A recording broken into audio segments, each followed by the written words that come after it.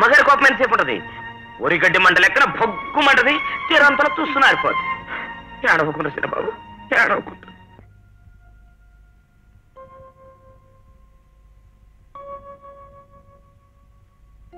అమ్మా యాదు, చెన్నయ్య గారు ఎలా ఉన్నారా? అమ్మ ఎలా ఉందని అడిగారా?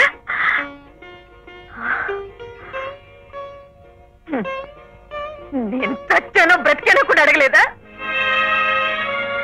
నా పిచ్చి గాని వాడెందుకు అడుగుతాడు రా? నేను నా గుండెల్లో పెట్టుకుని పెంచాను రా. నా గుండెలు బద్దలు కొట్టి వెళ్ళిపోయాడు. అడ్డాలలో బిడ్డలు కానీ గడ్డాలు వచ్చాక బిడ్డలు కాదండి. ఆయన గారికి ఇప్పుడు బెల్లం వచ్చిందిగా. ఆ బెల్లం ఆ కొంగు ఉంటే నేనెందుకు? అమ్మ ఎలా ఉందో, ఏమైపోయిందో ఒక్కసారి వెళ్ళి చూసొద్దాం అనిపించిందా వాడికి? ఎందుకు అనిపిస్తుంది? నేనే కన్న తల్లిని కాదుగా, పెంచిన తల్లిని, పుట్టి పెంచిన తల్లినేనండి. కరెక్ట్ గా చెప్పావే. నువ్వు పెంచిన తల్లివే, వచ్చి పెంచిన తల్లివే. కన్న తల్లివి కావు, కావు, కానే కావు. కన్న కడుపు అయితే, నిజంగా పేగు తెంచుకు పుట్టిన బంధమే అయితే, బిడ్డ తప్పు చేసినా ఏం చేసినా చివరకు హత్య చేసి తిరిగి వచ్చినా ఆ కడుపులో దాచుకుంటుంది. దాన్నే కన్న ప్రేమ అంటారు, ఆమెను అమ్మ అంటారు. నిజానికి లోకంలో కన్న ప్రేమ కంటే పెంచిన ప్రేమ గొప్పదంటారు. కానీ ఇక్కడ అది లేదు, ఇది లేదే. ఏదో వాడు తనకు నచ్చిన పిల్లనికి చెప్పకుండానే పెళ్లి చేసుకున్నాడు, తప్పే. అంత మాత్రాన గుండె నొప్పులు తెచ్చేసుకుని ఎదుటి వాళ్ళ గుండెలు బద్దలు కొట్టేని ఇలాంటి వాళ్ళను అమ్మ అనాలో అమ్మోనాలో నాకు అర్థం కావటం లేదు. చూడవే, వాడిని చూడవే. వాడి మొహంలో కత్తి పెట్టుకుని నిద్రపట్టుందా? చెన్నయ్య గారు లేని ఇంట్లో నేనే ఉండలేకపోతున్నాను, అమ్మగారు ఎలా ఉండగలుగుతున్నారని ఒక్కసారిగా అదే 1000 సార్లు అన్నాడే. వాడికున్న మనసు కూడా నీకు లేకపోయిందే. ఏమన్నావు? వాడికి నీ మీద ప్రేమ లేదా? ఎలా అనగలిగేవే అన్నమాట.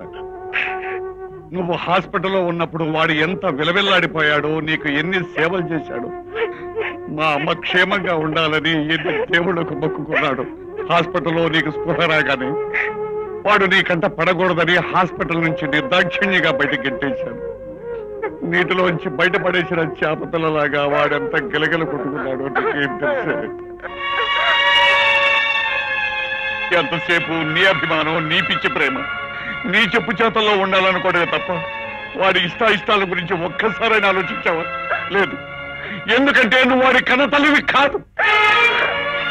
అవునండి, మీరు చెప్పింది నిజమే. నేను కన్న తల్లిని కాదు కాదు కాదు. కానీ ఈ తప్పంతా నాది కాదు, మీది. మీదే.